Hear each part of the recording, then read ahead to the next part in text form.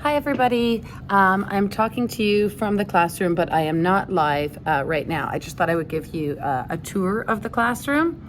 So if you have any questions during the presentation, I won't answer because this is like pre-recorded, but I am sitting here and I will answer your questions after. So let's get started. So first, I just wanted to give you a view of your child's learning environment. This is our classroom. We are set up about 6 feet apart. As you can see, when we do group work though, we try to remain socially distanced and we do try to keep our masks on. At the front of the class, I just have some work of the students. We usually have our daily agenda up here so the kids know what they're doing all day. And our weekly agenda over here, right above our prayer table, which tells us what we need to know for the week.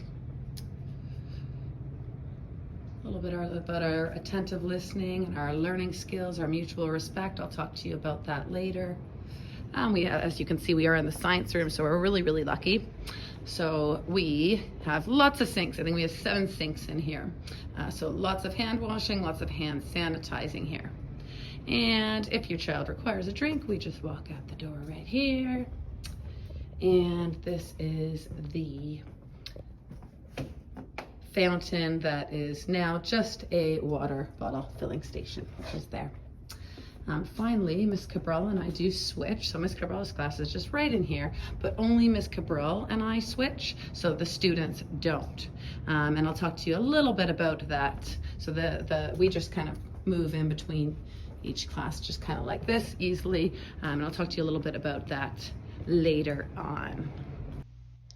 I have been teaching for 17 years in this board, the Halton Catholic District School Board. This is my 18th year and my 5th year here at Holy Rosary School. A little bit about myself. I love to read. I read like a book a week. I can't get enough. I love to exercise. I'm a part-time personal trainer and aerobics instructor, and I absolutely love dogs. This is a picture. The blonde one is my dog, Dave, and the other one is Missy, who is my sister's dog. So now I'd like to talk to you a little bit about your child's learning environment here at Holy Rosary in grade 8. So I'd like to start here with a little bit about our religion and family life program here in grade 8 and at Holy Rosary. Our Catholic faith plays a fundamental role in our classroom. We pray several times throughout the day. We reference our faith and beliefs many times throughout the day and use our faith as a foundation for decision making. The grade 8 religion program is called Stand By Me, and the family life education program is called Fully Alive. However, I want you to know that I will not be using just these resources to teach our faith. For its 7th year, Holy Rosary has committed to social justice, meaning that our grade 8s will be educated on social issues and engaged in world-changing action. This is especially important in grade 8 because students have just been confirmed this very week, Monday, Tuesday, Wednesday.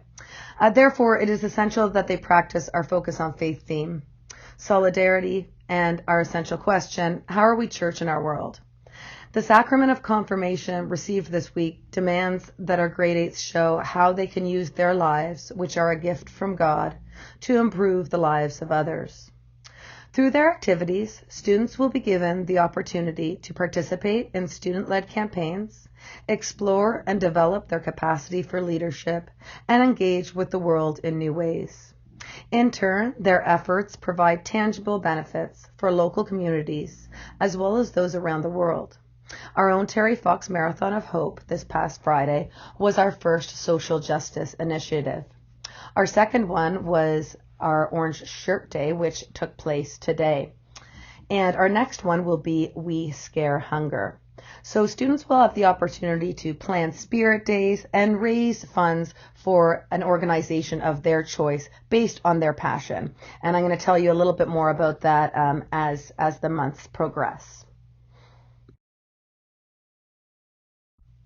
I like to keep our classroom rules as simple and straightforward as possible. Therefore, we combine them into 5 main rules. The first one is attentive listening, meaning our eyes are on the speaker and we don't interrupt others. We raise our hand to speak.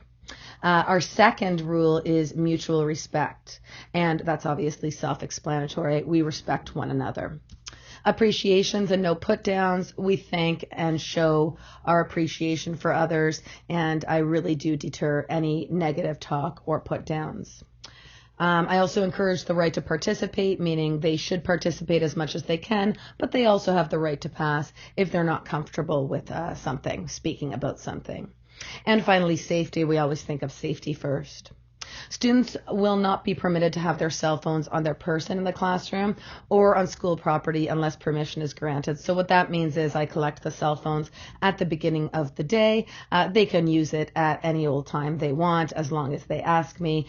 This is for safety of the students, and just because cell phones do have cameras, and for the safety of the staff. They are able to use them for research purposes and whenever permission is granted.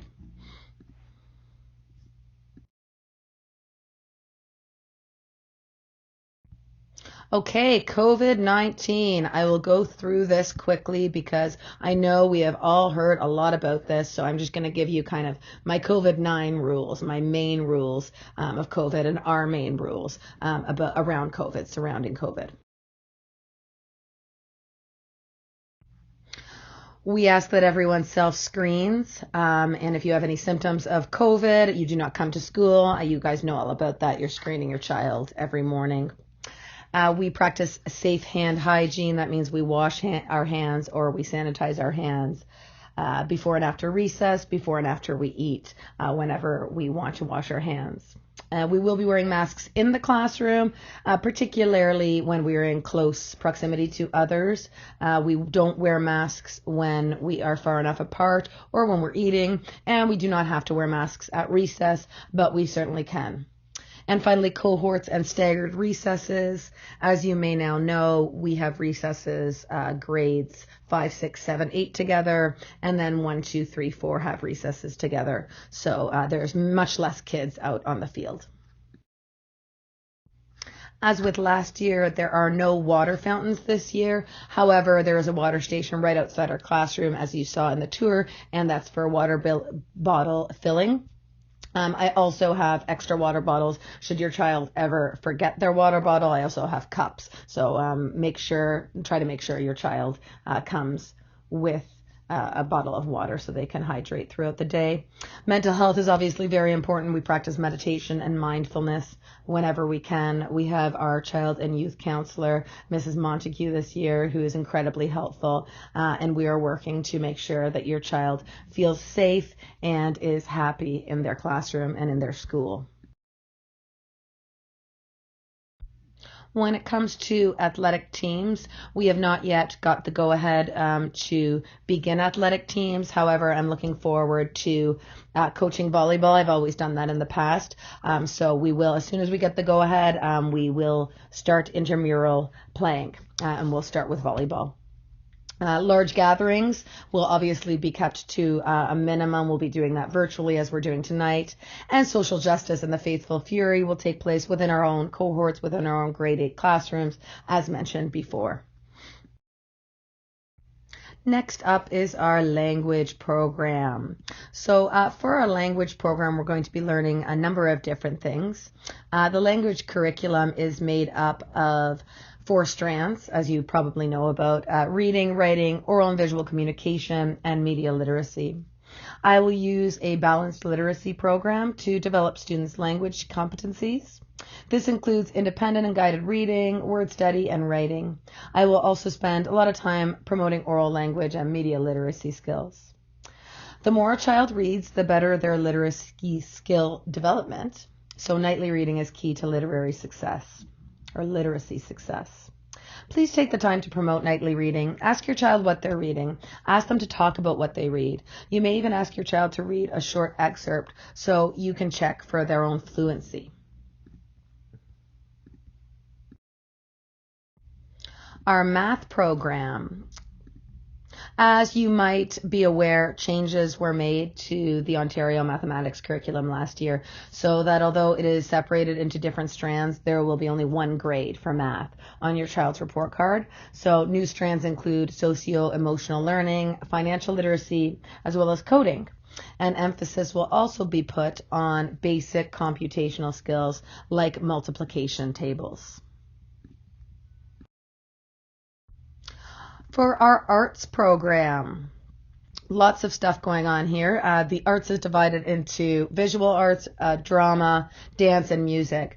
I will be teaching the students dance. Mrs. Cabral will be teaching them visual arts on Rotary, and our new arts teacher, Mrs. Morano, will teach them drama and music this year.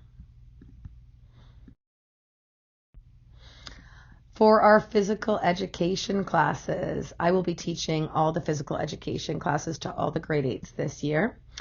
So we will be visiting the gymnasium and we will be going outdoors for phys ed class. Equipment will be cleaned and sanitized between classes, as will the gym itself. Because change rooms remain closed this year, the students will only be required to wear running shoes and comfortable uniform clothing on physical education days, which this year are Tuesdays and Fridays. We will also try to incorporate daily physical activity on days when we don't have phys ed. Our science, history, and geography programs. So the science curriculum units for grade 8 are very exciting. Topics include fluids, which we're doing now, cells, water systems, and systems in action. There will be many informative experiments during science and many fun activities during geography and history. I will be teaching the science to all of the grade 8s, and Mrs. Cabral, my teaching partner, will be teaching the geography and history to everyone on Rotary.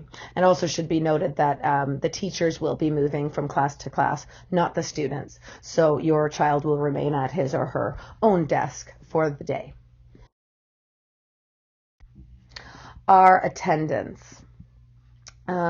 Attendance and punctuality, being on time, are keys to the success of your child in school. Regular attendance also makes it much easier for your child to keep on top of schoolwork, which will contribute to his or her overall calm and confidence, I believe. Our class is off to a great start with daily attendance. I am impressed with students' punctuality and attendance. If your child is going to be away, you can call the office to let us know. You may also contact me directly via Remind 101 or use the agenda as a tool to let me know about appointments or the need for your child to leave early. All children arriving late or leaving early must go through the office.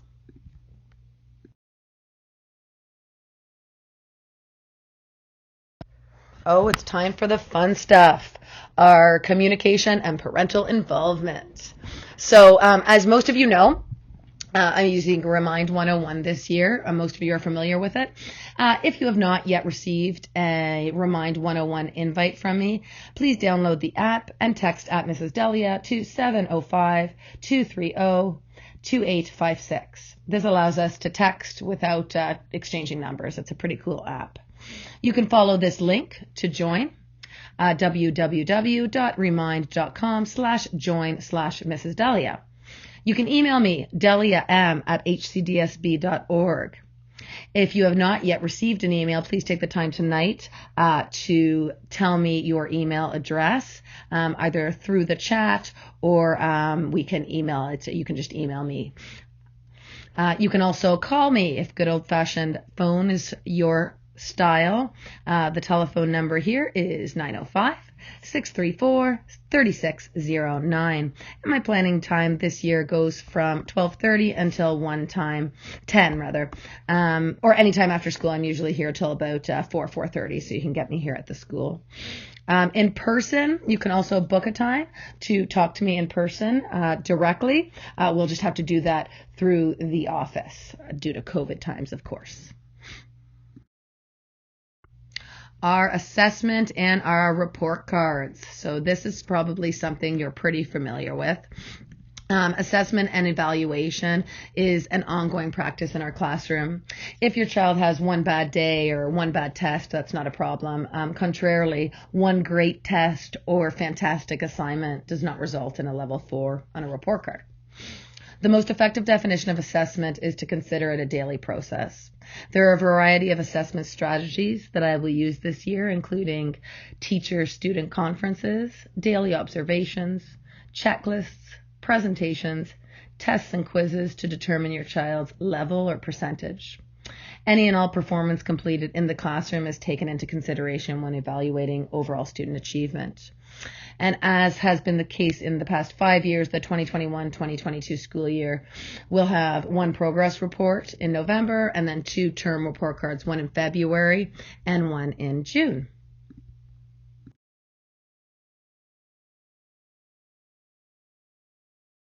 Learning skills. Learning skills are so important, ladies and gents. I find that if a student is getting E's for excellent or G's for good, their academics and their grades tend to follow suit. So there are 6 learning skills that will be promoted inside and outside the classroom. They are responsibility, things like getting your work done, being responsible for yourself. They're independent work, not distracting others, being able to work on your own. Self-regulation, trying not to call out of turn, things like that. Initiative is, do you take the initiative to ask for help? Organization, it's organization of kind of your work ethic. And it's also organization of your book so you can find your stuff all the time. And then finally, collaboration is when we collaborate. So essentially that's class participation and that's group work. Our teachers. So teachers this year will teach to their homeroom class all subjects with the following exceptions. So I'm going to be teaching your child most subjects. However, Mr. Yera will be teaching them French. You don't want me to teach them French, that's for sure. Ms. Morano will teach music and drama. Ms. Cabral is going to teach history and geography, while I teach science on Rotary.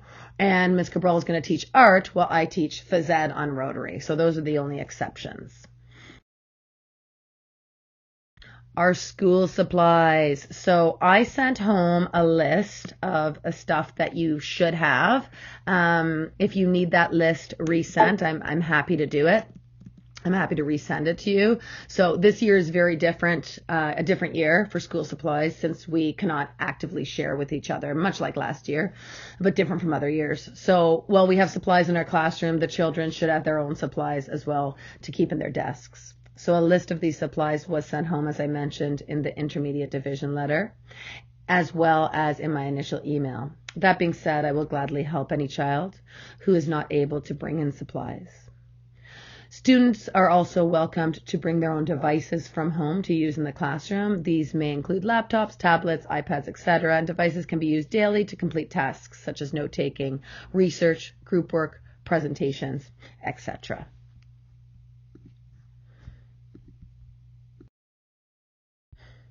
So that's it. I know it was a mouthful. So if you have any questions, I am here. I'm just going to switch off my video and I'm going to flip back to live. And if you have any questions that you want to ask me, please ask away. You can do that on a public forum by raising your hand or just turning on your mic rather, and speaking directly to me. Or of course you can message me directly if it's a more private situation. So thank you again for listening, and questions, please.